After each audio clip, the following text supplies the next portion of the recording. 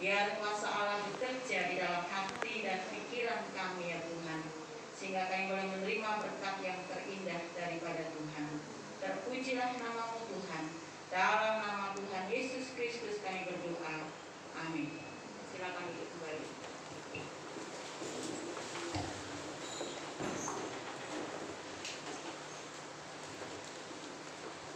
Ya, shalom Bapak Ibu Saudara semua. Shalom. Kita bersyukur bahwa pagi hari ini kita diberi kesempatan untuk kita beribadah bersama-sama di dalam merayakan hari Jumat Agung pada hari ini. Ya, Bapak Ibu Saudara yang saya kasih di dalam Tuhan, hari ini firman Tuhan, tema yang diambil adalah kematian yang menghidupkan. Kematian yang menghidupkan. Kita akan bersama-sama membuka di dalam kitab Roma pasal 8 ayat 1 sampai 5. Kitab Roma pasal 8 ayat 1 sampai ayat 5. Saya akan membacakan bagi Bapak Ibu Saudara semua. Roma pasal 8 ayat 1 sampai 5. Demikianlah firman Tuhan. Hidup oleh roh. Demikianlah sekarang tidak ada penghukuman bagi mereka yang ada di dalam Kristus Yesus. Roh yang memberi hidup telah memerdekakan kamu dalam Kristus dari hukuman dosa dan hukum maut. Sebab apa yang tidak mungkin dilakukan hukum Taurat karena tak berdaya oleh daging, telah dilakukan oleh Allah dengan jalan mengutus anaknya sendiri dalam daging, yang serupa dengan daging, yang dikuasai dosa karena dosa.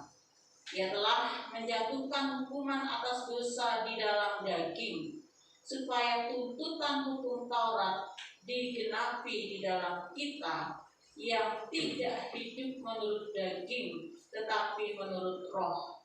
Sebab mereka yang hidup menurut daging memikirkan hal-hal yang dari daging. Mereka yang hidup menurut roh memikirkan hal-hal yang dari roh.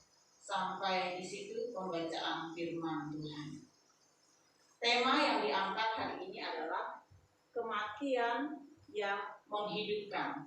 Kematian yang menghidupkan. Pertanyaannya, kematian siapa yang memberi kehidupan itu? Ya. Mungkin kita bertanya, bagaimana mungkin kematian justru bisa memberikan kehidupan? Sebab kalau seseorang sudah mati, dia tidak akan bisa melakukan apapun. Ya. Sebab jika seseorang sudah mati, dia tidak akan bisa melakukan sesuatu apapun. Tetapi firman Tuhan hari ini dengan tema kematian yang menghidupkan. Nah, pertanyaannya buat kita adalah, kematian siapa yang bisa memberikan kehidupan itu? Kematian siapakah yang bisa memberikan kehidupan kepada semua umat manusia yang ada di muka bumi ini? Kita melihat bahwa menurut firman Tuhan, bahwa kematian yang bisa memberikan kehidupan adalah kematian Tuhan kita, Yesus Kristus. Kita melihat saudara di dalam ayat 1 tadi, demikianlah sekarang tidak ada penghukuman bagi mereka yang ada di dalam Kristus Yesus. Kematian Kristus memberikan kehidupan yang kekal. Firman Tuhan katakan, demikianlah sekarang tidak ada penghukuman bagi mereka yang ada di dalam Kristus Yesus. Pertanyaannya, mengapa Tuhan Yesus harus mati? Mengapa Tuhan kita harus mati? Saudaraku yang kasih di dalam Tuhan, di dalam perjanjian lama kita melihat pada awal perjanjian di mana diberikan hukum-hukum kepada umat Tuhan, Di situ ada beberapa jenis korban.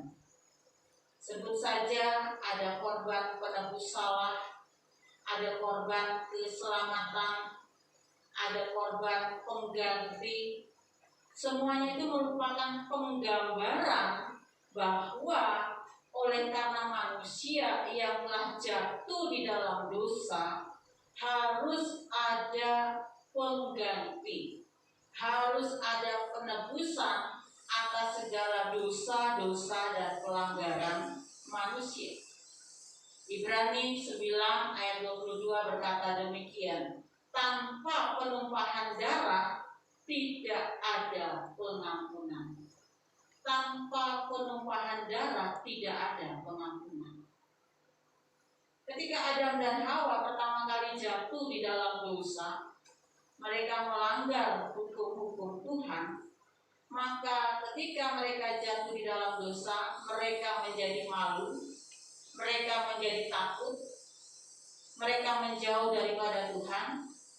Kemudian mereka berusaha bersembunyi dan menyadari dirinya telanjang. Kemudian mulai saat itulah ada yang namanya korban, sehingga haruslah ada korban binatang yang diberikan untuk menutupi rasa malu yang sudah disebabkan oleh dosa.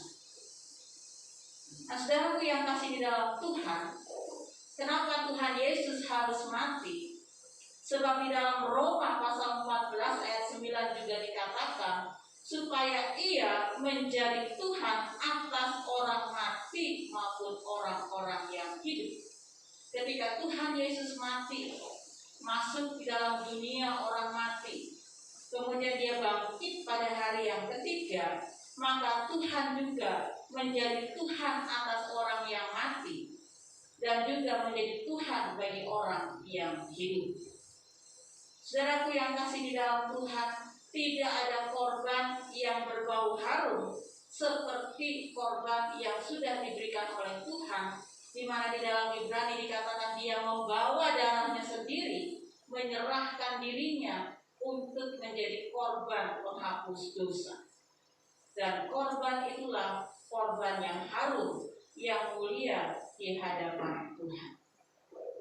Saudaraku yang kasih di dalam Tuhan, tadi dikatakan bahwa kematian yang memberi kehidupan. Yesus mati oleh sebab apa? Sebab tidak ada satu korban pun yang sudah diberikan oleh manusia yang dapat menggantikan dan menutupi semua dosa-dosa dan pelanggaran manusia. Pada waktu zaman dulu, para imam memberikan korban-korban persembahan itu setiap hari. Tetapi orang yang membawa korban itulah orang yang berdosa, sehingga hanya korban Tuhan Yesus itulah yang dikatakan di dalam Efesus 5 ayat 2 itu korban yang berbau harum.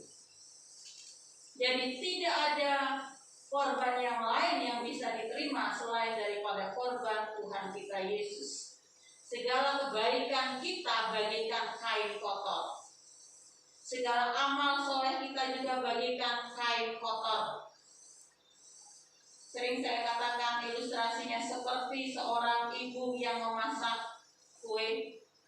Ketika dia membutuhkan 10 butir telur, 9 telur yang pertama itu bagus, tetapi tidak disadari oleh ibu ini ketika telur yang terakhir itu ternyata busuk, maka seluruh adonan telur itu pun menjadi busuk. Demikian juga dengan kebaikan-kebaikan kita.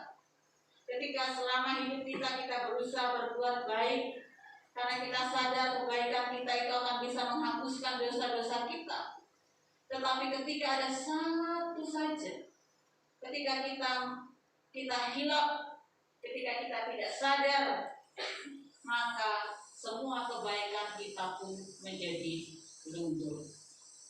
Sebab dosa adalah definisi dosa salah satunya melenceng dari sasaran Allah. Sedikit dosa itu sudah merupakan hukumannya adalah maut.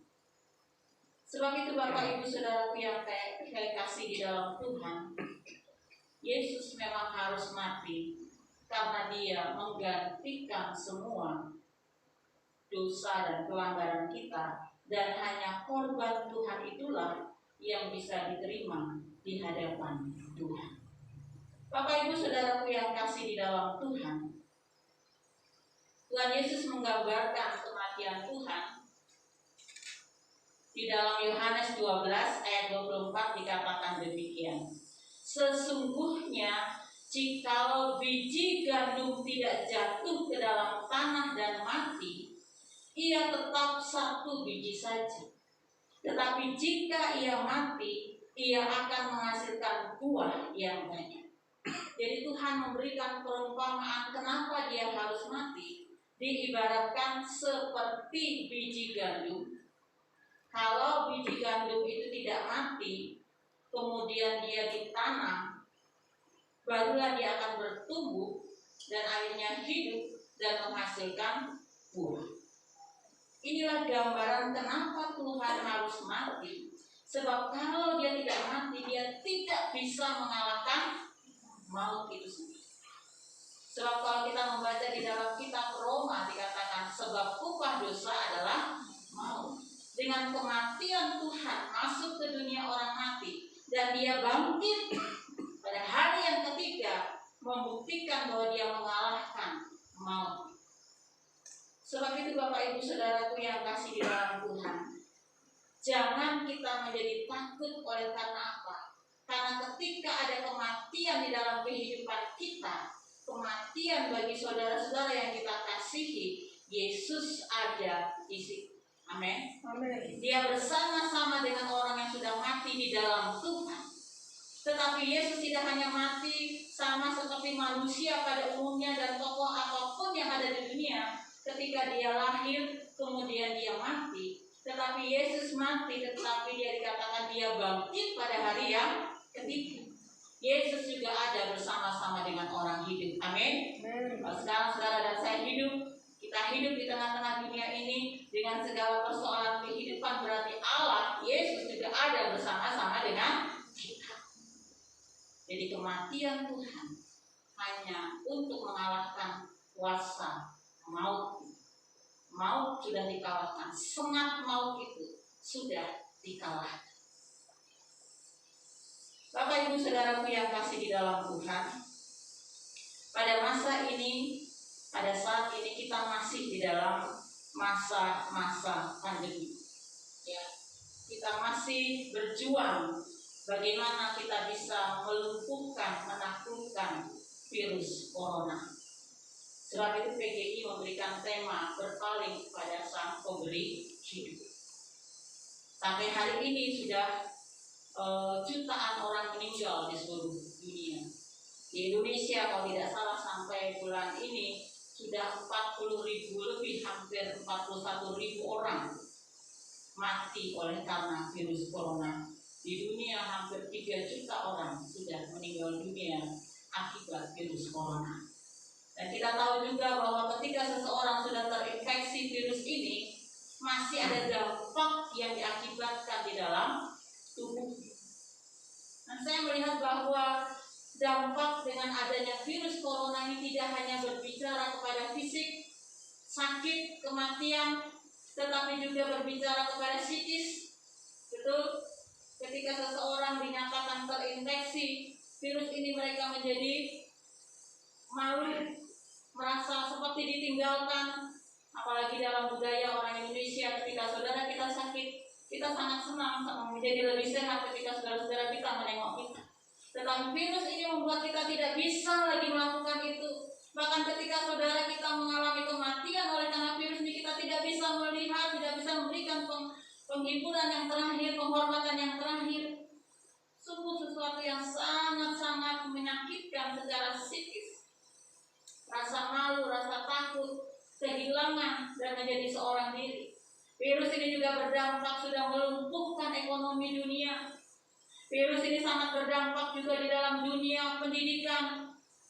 Dan yang saya lihat juga virus ini bisa menimbulkan konflik. Kita mendengar bagaimana ada banyak orang yang tidak mau saudaranya dinyatakan terpapar virus, sehingga dia menggali kebunnya, mengambilnya dengan paksa, terjadi konflik. Betapa berat dampak yang disebabkan oleh virus corona. Tapi tahukah saudara, ada virus yang juga lebih dahsyat, yaitu yang dikatakan adalah virus dosa. Virus dosa ini juga sudah merusak tatanan kehidupan manusia. Virus ini juga berpengaruh di semua sendi-sendi kehidupan kita. Virus dosa ini mempengaruhi pikiran kita.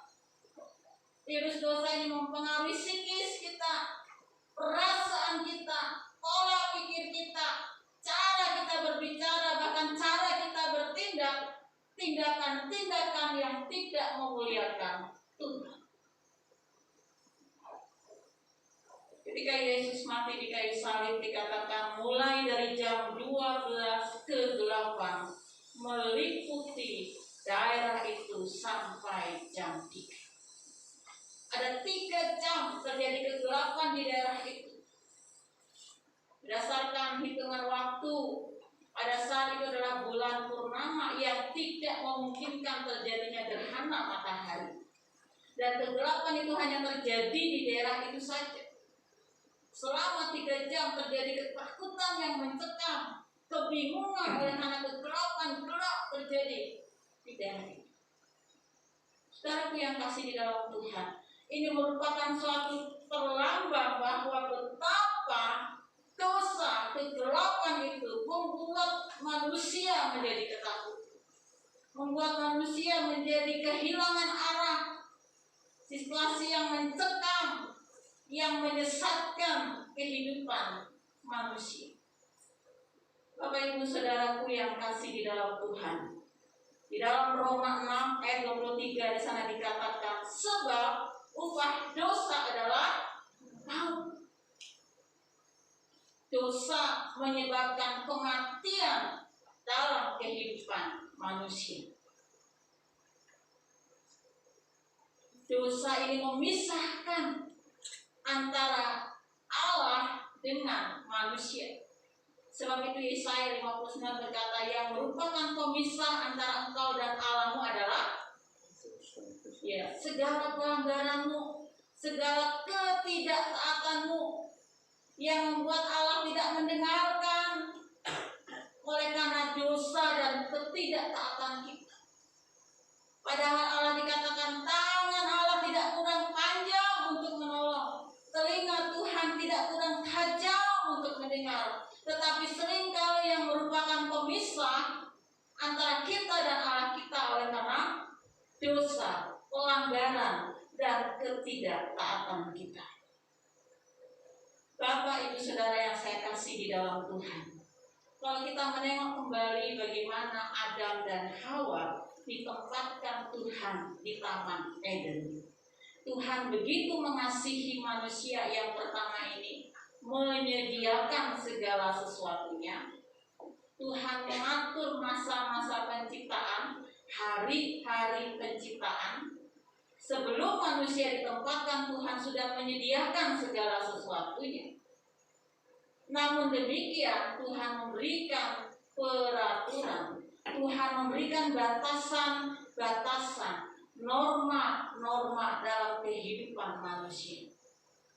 Tetapi karena manusia tidak taat, diawali dengan ketidaktaatan, lalu dia mulai mendengarkan apa yang diucapkan oleh iblis, bertolak belakang dengan firman Tuhan, mendengarkan bujukan-bujukan, dan dia tidak bisa mengendalikan diri. Akhirnya mereka jatuh di dalam dosa. Saya mengatakan kepada jemaat yang saya kasihi, bahwa dosa itu sering sekali dimulai dari sesuatu yang kecil, dimulai dari sesuatu yang sederhana. Virus dosa ini demikian mencengkram kehidupan kita. Sebab itu mari kita belajar untuk taat dari hal-hal yang sederhana. Sebab Tuhan memberikan kepada kita norma, memberikan kita aturan, memberikan kita batasan-batasan supaya kita boleh hidup dalam kekudusan, karena Allah kita adalah Allah yang kudus. Memang virus corona ini mau berdampak luar biasa, tetapi dasar dari semuanya itu adalah dimulai dari keegoisan manusia, ketidaktaatan manusia dalam bagaimana dia mengasihi Tuhan, mengasihi sesama dan juga lingkungannya, sehingga virus ini juga bisa terjadi. Dan yang kita tahu bahwa virus dosa itu juga berdampak sangat luar biasa dalam kehidupan manusia. Dosa inilah yang menghancurkan tatanan kehidupan manusia. Konflik terjadi. Tadi saya katakan yang merupakan pemisah antara engkau dan Allah adalah segala dosa, ketidaktaatan dan pelanggaran. Tetapi dosa ini juga menghancurkan hubungan manusia satu dengan yang lain. Bapak Ibu Saudaraku yang kasih di dalam Tuhan, kita bersyukur kepada Tuhan kita Yesus Kristus bahwa Dia rela mati untuk menanggung setiap dosa dan pelanggaran kita. Kematian Tuhan memberikan hidup kepada setiap orang yang percaya kepadanya. Kita bersyukur buat kasih karunia Allah yang Allah limpahkan kepada kita. Tetapi yang perlu kita renungkan pada saat pagi ini, di hari Jumat Agung ini, bagaimana Tuhan merindukan kita juga mengalami kematian di dalam daging kita. Bagian yang kedua adalah, tadi yang pertama kematian Kristus memberikan kehidupan yang kekal. Yang kedua, kematian daging menghidupkan roh. Kita akan membaca bersama-sama ayat di atas, itu dari Roma 8 ayat 13.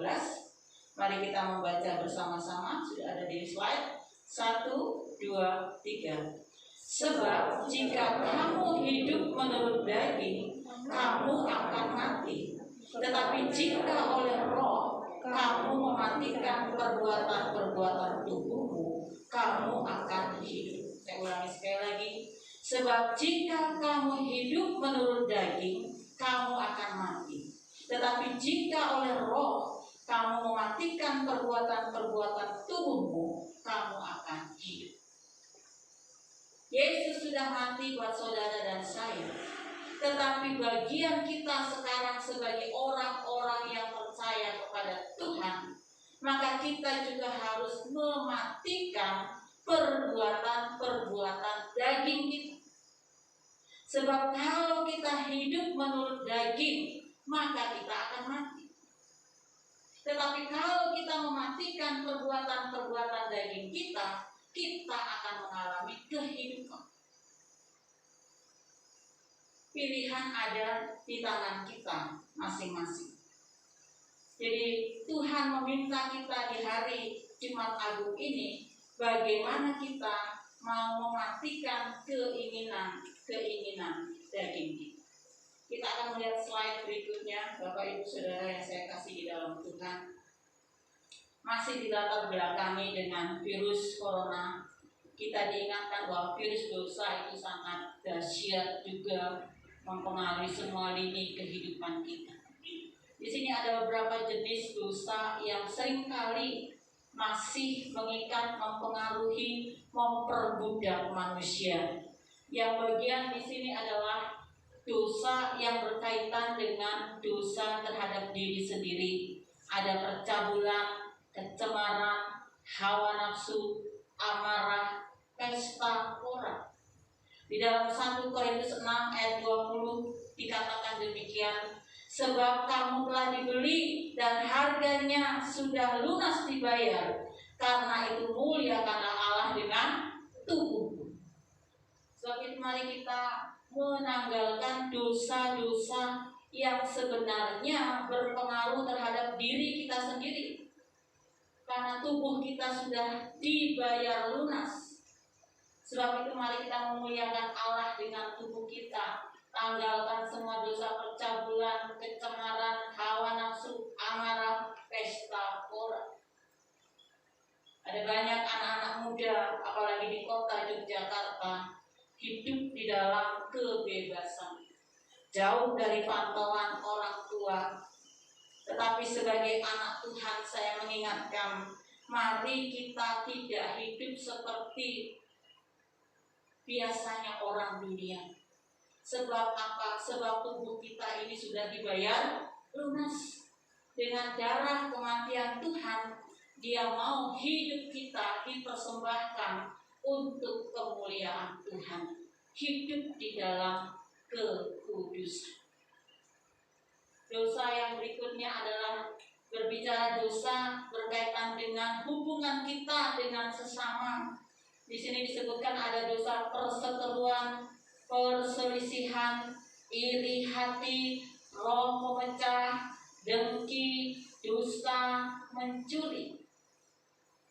Ketika Yesus mati di kayu salib, di dalam 2 Korintus 5 ayat 18 dikatakan, Kristus telah mendamaikan kita dengan Allah, dan Dia telah mempercayakan pelayanan pendamaian itu kepada kita. Kalau Yesus sudah mendamaikan kita dengan Allah, kalau Yesus sudah mendamaikan kita dan kita bisa berhubungan baik, kita ada hubungan harmonis dengan Tuhan, lalu mengapa kita sebagai anak-anak Tuhan saat ini hidup di dalam perseteruan, masih hidup di dalam perselisihan, masih hidup di dalam iri hati dan dengki, benci, kepahitan, kegeraman? Firman Tuhan hari ini mengatakan bahwa kalau kita mau mematikan keinginan-keinginan daging kita, maka kita akan hidup roh kita di dalam Tuhan. Dosa, konflik satu dengan yang lain mengingatkan kepada kita bahwa Yesus sudah mendamaikan kita, dan kita adalah agen perdamaian di muka bumi ini. Ada dosa yang lain, yaitu penyembahan berhala, sihir, kata kotor, kemalasan, keegoisan. Di dalam hukum Tuhan, 10 hukum yang pertama di sana dikatakan, jangan ada Allah lain di hadapanku. Jangan membuat patung menyerupai apapun. Di dunia modern ini mungkin saudara lagi tidak mengenal patung. Saudara tidak menyembah di pohon yang besar, tetapi gaya hidup, ya, kalau kita hanya berfokus kepada kekayaan dan menjadikan itu menjadi yang utama di dalam kehidupan kita, sebenarnya kita sudah masuk di dalam yang namanya penyembahan berhala atau yang dikatakan mamon. Bapak Ibu saudaraku yang kasih di dalam Tuhan, kalau kita mau mematikan keinginan-keinginan daging kita, maka kita akan mengalami kehidupan di dalam Tuhan. Tetapi kalau kita tidak mau mematikan keinginan-keinginan daging kita, kita akan mengalami kebinasaan. Yang berikutnya saudara, ada sebuah ilustrasi yang mengingatkan kepada kita supaya kita jangan bermain-main dengan dosa. Ada 2 anak kecil, dia suka sekali dengan binatang. Kemudian satu kali dia membeli burung emprit. Bahasa Indonesia burung emprit itu apa? Burung pipit. Dia beli di pasar. Kemudian karena anak ini dia beli bukan untuk dipelihara tapi untuk main saja. Kemudian dia mengikat kaki dari burung pipit ini. Ya, kedua anak itu mengikatnya. Kemudian anak yang satu mulai mempermainkan burung ini. Dia lempar ke atas, lalu burung ini mulai terbang. Dia terbang, dia tarik lagi. Dia lemparkan lagi ke atas, dia tarik lagi, terus begitu. Dan akhirnya burung ini menjadi sakit, kelelahan. Ya, dan sudah loyo sekali. Lalu anak yang satu juga mengikat, ya, burung pipit yang satu. Tetapi rupanya ketika dia ikat, burung ini terbang. Kemudian burung ini hinggap di sebuah pohon. Tetapi karena ada ikatan tali pada kaki burung ini tidak bisa terbang bebas. Dia tersangkut-sangkut di atas pohon itu. Dan ketika anak ini berdua mau mencoba menyelamatkan burung ini, tapi rupanya dia tidak terlalu pandai untuk naik ke atas pohon itu. Dan di sebelah sana ada seekor kucing mulai mengintai, ada burung kecil di situ. Kemudian kucing ini lebih pandai naik daripada dua anak ini, karena ini bukan anak Sumba. Kalau anak Sumba mungkin naik cepat naik. Mungkin ini orang Jawa susah naik pohon. Tidak ada pohon di sini kan? Kalau di Sumba biasanya punya anak Sumba di sini, ya kan? Kemudian si kucing ini naik ke pohon itu dan akhirnya naik dan akhirnya dia makan burung pipit itu. Saudara, ilustrasi ini mengingatkan kepada kita, jangan kita bermain-main dengan dosa. Sama seperti burung ini diikat, kakinya dia tidak bisa terbang kemana-mana, dipermainkan oleh anak kecil ini. Ketika kita juga tidak mau mematikan keinginan-keinginan daging kita diikat oleh keinginan-keinginan dosa, kita diperbudak oleh dosa, maka kita akan dipermainkan oleh dosa itu sendiri. Kita dilepas, tapi kita ditarik terus, demikian sampai kita sendiri merasa kelelahan, kita merasa kepayahan, kita merasa tidak mampu oleh karena permainan dosa, oleh karena ikatan dosa. Dan akhirnya burung yang kecil tadi itu mati dimakan oleh kucing. Demikian juga dosa. Dosa itu mengakibatkan maut dan kematian. Kita lihat gambar yang berikutnya. Ya. Yakobus 1 ayat 14 sampai 15. Mari kita baca bersama-sama. 1, 2, 3. Tetapi tiap-tiap orang dicobai oleh keinginannya, ia diseret dan dipikat olehnya. Dan apabila keinginan itu telah dibuahi, ia melahirkan dosa. Dan apabila dosa itu sudah matang, ia melahirkan dosa. Itu seringkali begitu menarik, begitu menggoda, begitu enak, begitu lezat. Tapi kita tidak tahu, sama seperti ikan ini tidak tahu cacing ini begitu cantiknya, begitu gantengnya. Kita tidak tahu di dalamnya ada kayu yang akan mematikan. Saudaraku yang kasih di dalam Tuhan, mari kita mengendalikan setiap keinginan kita. Sama seperti Adam dan Hawa, dimulai dari rasa ketidaktaatan. Hal yang sederhana, tetapi kalau keinginan kita itu dikatakan sudah diseret, dipikat, dan itu akhirnya bisa berkembang dan akhirnya melahirkan maut. Bapak, Ibu, Saudaraku yang kasih di dalam Tuhan, jangan pernah bermain-main dengan dosa. Orang bilang jangan main-main api, kalau tidak nanti terbakar nanti. Jangan pernah kita berpikir bahwa saya ini hebat, saya ini kuat, saya ini bisa. Sebab tidak ada manusia yang kebal terhadap dosa. Sudah lihat doa Bapa kami, setiap hari kita mendoa Bapa kami, ya, di dalam kelompok jemaat setiap hari renungan, dan di akhirnya selalu ada doa Bapa kami. Di dalam doa Bapa kami sana dikatakan apa? Ya, ampunilah kami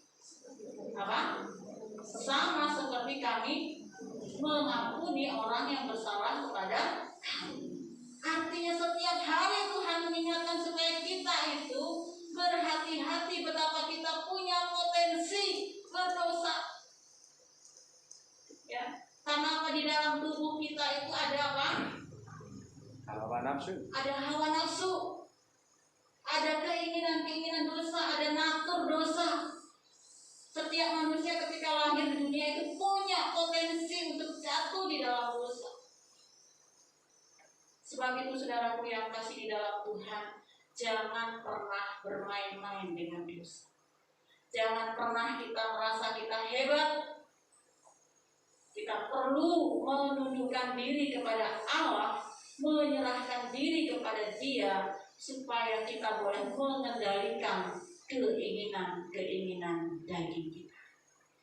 Hati-hati dengan jebakan ini yang memang nampaknya baik, enak, tetapi sebenarnya di dalamnya ada jebakan maut yang bisa menghancurkan kita. Dosa bisa menyerang orang-orang yang sudah dewasa.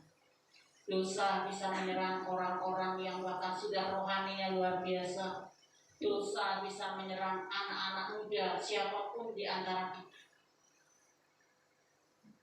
Lewat firman Tuhan hari ini mendorong kita supaya kita mematikan keinginan-keinginan daging kita, supaya kita boleh hidup di dalam Tuhan.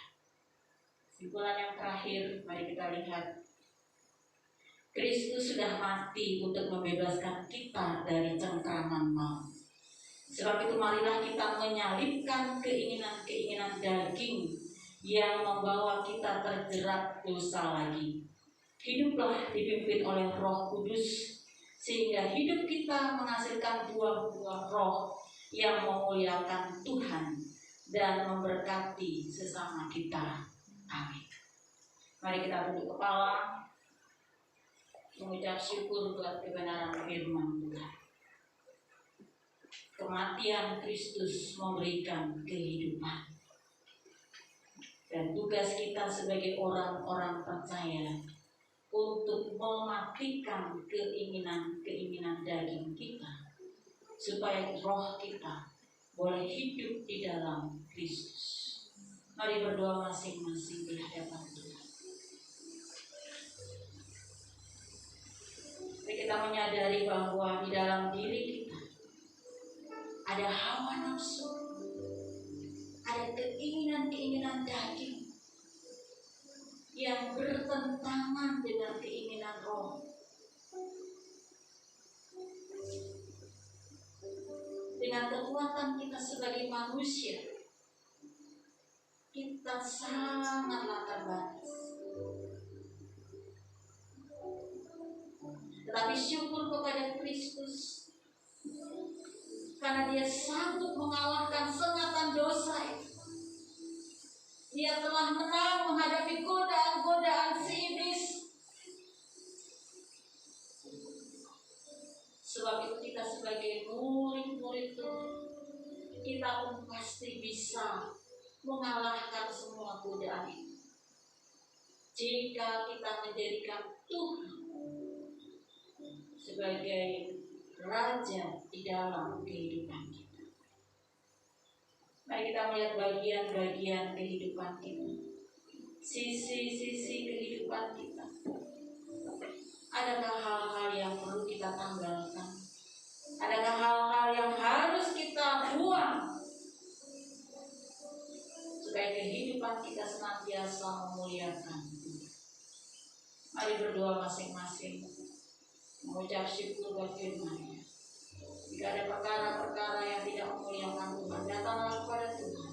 Mintalah Tuhan mengampuni, menyucikan dan menguduskan setiap.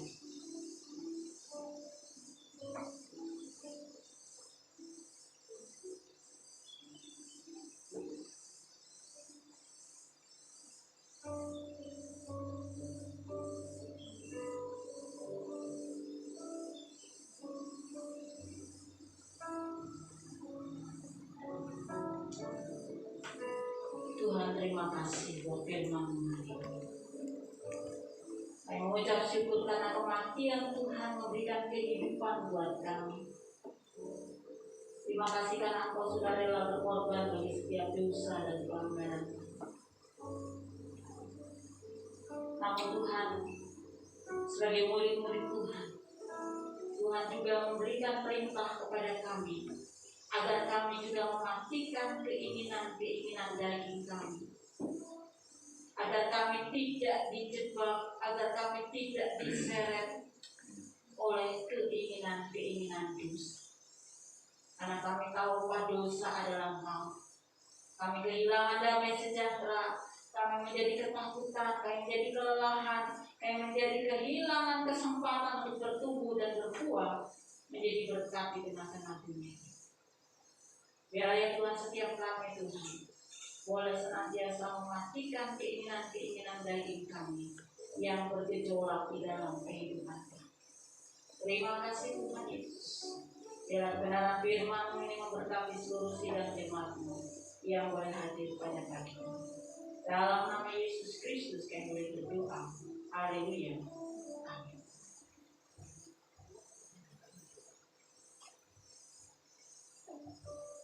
Bapak Ibu Saudaraku yang kasih di dalam Tuhan, setelah kita mendengarkan firman Tuhan, kita akan masuk kepada persiapan untuk memasuki perjamuan kudus. Sebelum kita akan menerima perjamuan kudus Tuhan, mari saya akan mau sampaikan nasihat dan arti dari perjamuan kudus. Sakramen perjamuan kudus yang dilayankan dalam gereja adalah berdasarkan perintah Tuhan Yesus, seperti yang tertulis di dalam kitab 1 Korintus 11 ayat 23 sampai 26. Sebab apa yang telah kuteruskan kepadamu telah aku terima dari Tuhan, yaitu bahwa Tuhan Yesus pada malam waktu ia diserahkan, ia mengambil roti, dan sesudah itu ia mengucap syukur atasnya. Ia memecah-mecahkannya dan berkata, inilah tubuhku yang diserahkan bagi kamu, perbuatlah ini menjadi peringatan akan aku. Demikian juga ia mengambil cawan sesudah makan lalu berkata, cawan ini adalah perjanjian baru yang dimeteraikan oleh darahku. Perbuatlah ini setiap kali kamu meminumnya menjadi peringatan akan aku. Itulah penetapan perjamuan kudus. Kemudian saya akan sampaikan beberapa arti perjamuan kudus. Yang pertama, perjamuan kudus adalah peringatan akan Kristus. Roti mengingatkan kita akan kehidupannya, cawan mengingatkan kita akan kematiannya. Pelayanan ini sendiri mengingatkan akan kebangkitan dan kehadiran yang sungguh-sungguh dalam persekutuan kita. Yang kedua, perjamuan kudus adalah proklamasi kematian Kristus. Dalam pelaksanaan perjamuan kudus, kita dapat memahami bahwa Tuhan Yesus telah diutus Bapa ke dalam dunia mengenakan darah dan daging seperti kita dari awal inkarnasinya menjadi manusia hingga akhir hidupnya, dan ia telah menanggung murka Allah. Bahkan ia membiarkan tubuhnya yang mulia di kayu salib supaya surat hutang dosa kita dibakukan padanya. Arti yang berikutnya bahwa perjamuan kudus melambangkan kesatuan Kristus dan juga kesatuan dengan sesama kita. Yang selanjutnya, perjamuan kudus adalah tanda atau meterai yang menunjukkan betapa kokoh perjanjian damai antara Allah dengan kita. Tuhan Yesus sendiri mengokohkan janji Allah dan mendamaikan dan menyelamatkan kita yang ditandai dengan darah Kristus. Yang terakhir, perjamuan kudus sebagai jaminan kedatangan Kristus yang kedua kali. Perjamuan kudus mengarahkan kita kepada perjamuan agung bersama dengan Kristus di rumah Bapa yang kekal, di mana kita makan dan minum bersama dengan Kristus di dalam kerajaan-Nya. Maka kita diminta untuk memberitakan kematian Tuhan sampai Ia datang melalui perjamuan kudus ini. Bapak Ibu Saudara semua, sebelum kita makan dan minum di meja perjamuan Tuhan, marilah kita datang kepada Tuhan dengan hati yang berserah dan jiwa yang hancur sambil memohon pengampunan-Nya. Kita iringi dengan pujian pada kaki samping.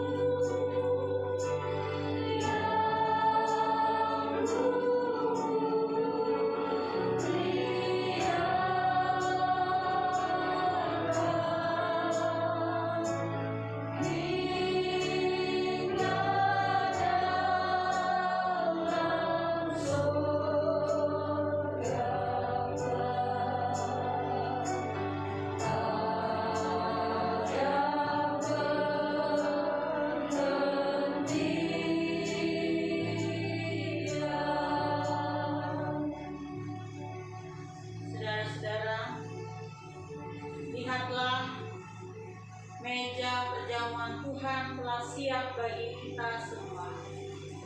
Perjamuan kudus ini diperuntukkan bagi saudara-saudara yang telah dibaptis dan mengaku percaya. Berbahagialah setiap anak-anak Allah yang telah diundang ke dalam meja perjamuan kudus ini. Mari saya mengundang Bapak Ibu Saudara bangkit berdiri. Mari kita akan bersama-sama makan roti dan anggur.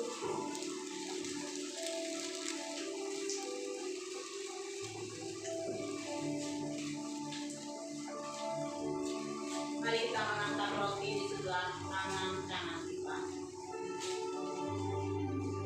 Roti yang dipecah-pecahkan ini adalah persekutuan dengan tubuh Kristus. Ambillah dan makanlah. Inilah tubuh Tuhan Yesus yang diserahkan bagi keampunan segala dosa. Ambillah dan makanlah.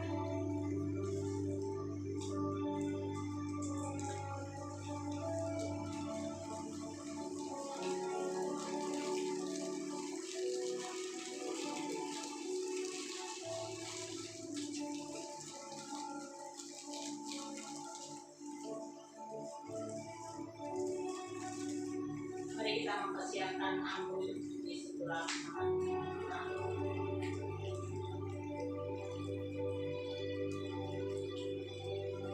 Mari kita mengangkat anggur kita.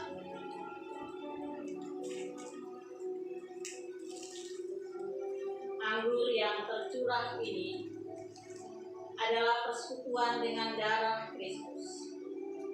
Ambillah dan minumlah.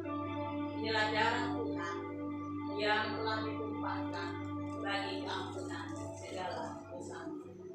Mari silakan.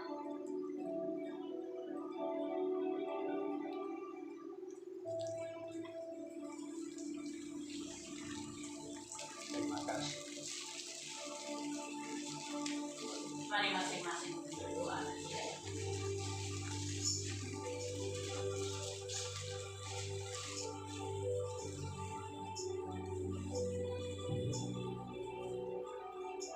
Mari mengucap syukur buat kesempatan kita boleh menikmati perjamuan kudus ini.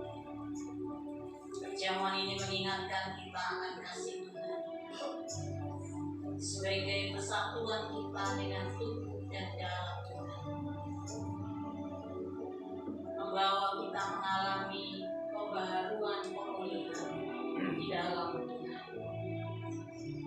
menguatkan dan meneguhkan iman kita, memberi dorongan buat kita terus boleh menjadi saksi Tuhan, membawa iman kita melihat pada masa yang nanti di mana kita akan mengikuti perjamuan kudus bersama dengan Tuhan, yaitu di rumah Bapa yang kekal.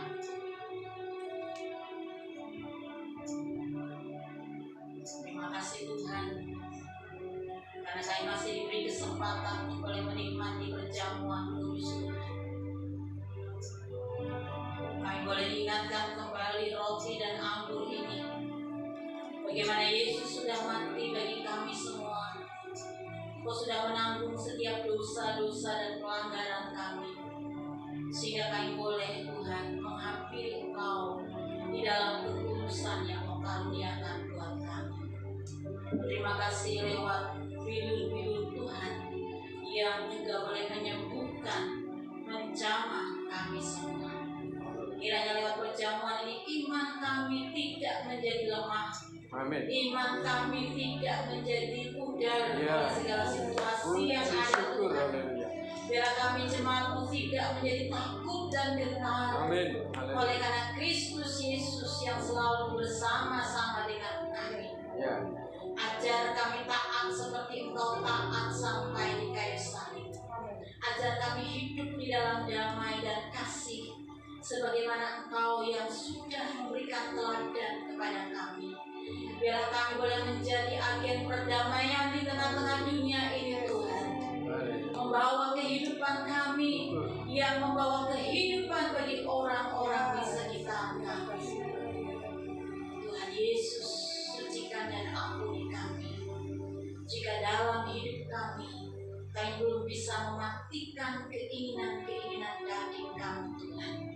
Kiranya Roh Kudus menolong kami agar hidup kami dikendalikan oleh Roh-Mu Tuhan, sehingga hidup kami boleh berbuah, bermakna, bermanfaat di tengah-tengah dunia ini. Terima kasih jika ada sidang jemaat-Mu yang datang hari ini di dalam keadaan kelemahan tubuh, sakit, penyakit Tuhan. Kami berdoa di dalam nama Tuhan kami Yesus Kristus, kiranya oleh kuasa darah Tuhan menyembuhkan dalam nama Tuhan Yesus yang imannya sedang tergoncang, diteguhkan oleh Tuhan dalam nama Yesus Kristus. Kiranya pemulihan, mujizat ada di tengah-tengah ini. Terima kasih Tuhan. Dalam nama Yesus Kristus kami berdoa. Haleluya. Amin. Bapak Ibu Saudara dipersilakan kembali dan